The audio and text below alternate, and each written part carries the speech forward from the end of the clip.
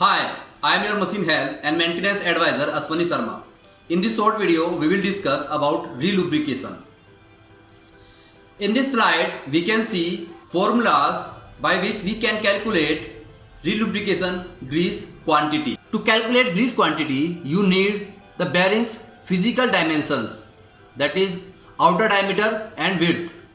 Once you have these two measurements, you multiply them together and then multiply by 0.002 in case of lubrication from top, or multiply by 0.005 in case of side lubrication.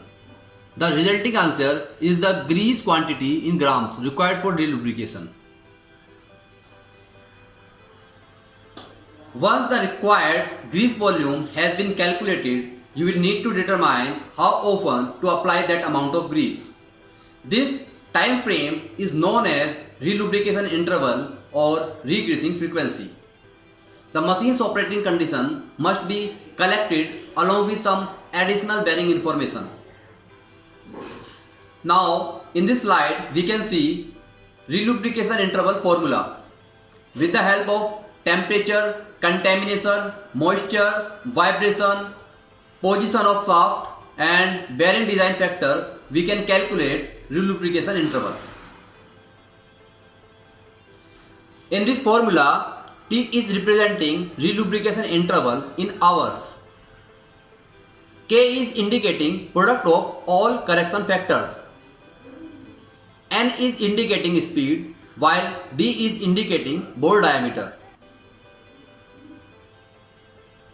After putting all the information in this formula, we can calculate relubrication interval with the help of very easy math. Some important notes. To increase the accuracy of re-grease volumes and frequencies, we recommend the use of condition-based tools such as grease analysis and ultrasound. Generally, 30% grease filling, 30% of open space in bearing is recommended during initial fill in case of open bearings, but consultation with application expert is recommended. Thanks for watching. For more information, please write us or contact our representatives.